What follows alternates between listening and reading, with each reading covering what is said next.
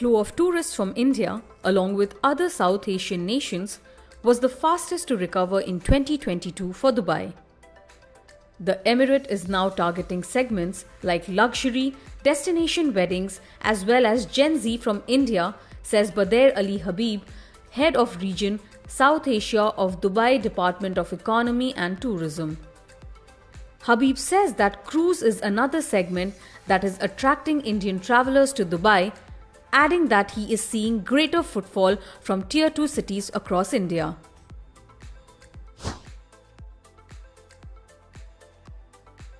In one word, it's been incredible for us, especially from India. India continues to be our number one source market. In fact, the whole South Asia region has contributed to overall visitation with 17%. This was a year that we hosted about 14.3 million visitors. That's 97% more than the visitors we hosted in 2021.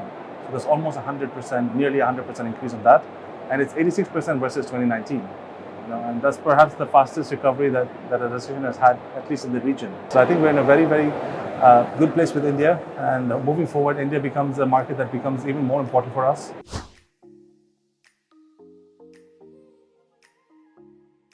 Luxury segment has outpaced. It's the kind of segment that has shown incredible faith in Dubai. We also saw a lot of uptake on weddings from India, wedding planners. A lot of the weddings have now come into Dubai, are coming with large numbers. We're seeing a lot more interest for Dubai because obviously, even as from Dubai's perspective, we understand that visa access is easy. We understand that proximity plays a role. We know that safety plays a role. And more importantly, we are connected to 21 cities in India. I don't think so there's any other destination that covers 21 cities of India. So from that perspective, wedding has seen a hike. Also, I think some of the segments that has done also very well is our Gen Z and the millennials. I think they responded with abundance. They've been, and these are the kind of visitors who have not been here for the first time only. They've come here multiple times, but they want to come again. So what happened before pandemic is that our focus was more towards first-time visitors from India.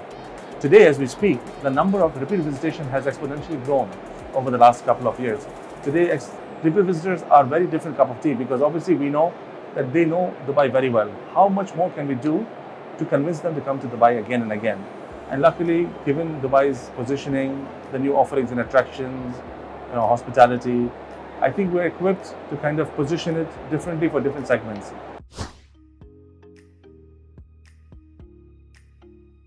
Where we see more potential would be the cruise business from India. I think cruise is picking up very strongly from India.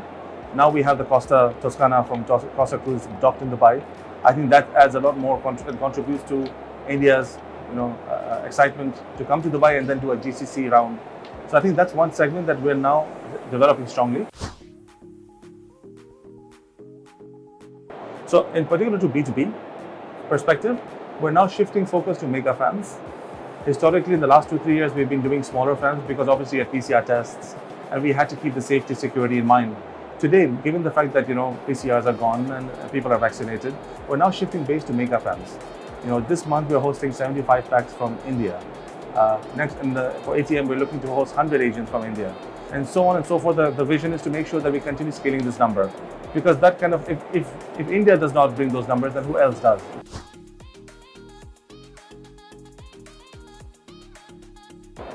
From a B2C perspective, which also seeps into B2B, I think two areas that we're very keen on for 2023 would be stopovers. Stopover segment has been such that we've known that they've been coming to Dubai, especially during the summer period. They come to Dubai, stop over and move on. Our vision is to ensure that we create enough offerings and packages and products and campaigns that can target stopovers. We believe that anybody who comes to Dubai for a night or two will then come again for a much longer period. And these people have already occupied seats and they're already going somewhere else, but via Dubai. So that's a great opportunity for us to then build on that added capacity that we could potentially have within Dubai. And the second approach would be summers. Our summer in Dubai obviously people know Dubai summer festivals, but today we're looking at summer as a holistic approach. How can we work on wider campaigns and build the right proposition for Indians?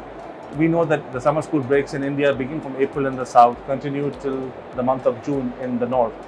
But we also feel like beyond that, in the months of July, August, September, there are opportunities to target certain personas, couples. And we've seen great numbers from Tier 2. And these are tier 2 who have direct connectivity to Dubai and indirect as well. I mean, today sitting in Delhi, I understand that there are a number of people who are traveling from Delhi, but it won't be fair to deduce that all of these people are living in Delhi. There are people living in the NCR areas, there are people living in Punjab, and they actually take on to the closest tier 1 city to fly. So that data is very important for us to see. And tier 2 will continue to be our key focus areas, given that tier 1 already knows Dubai fairly well, have been frequent visitors.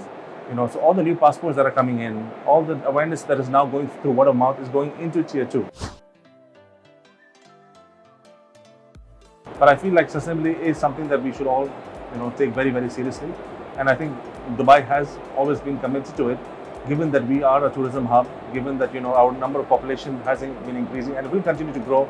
We have always kept an eye and check on sustainability and how do we measure and create best practices, not just for tourists as well, but as well as for residents as well.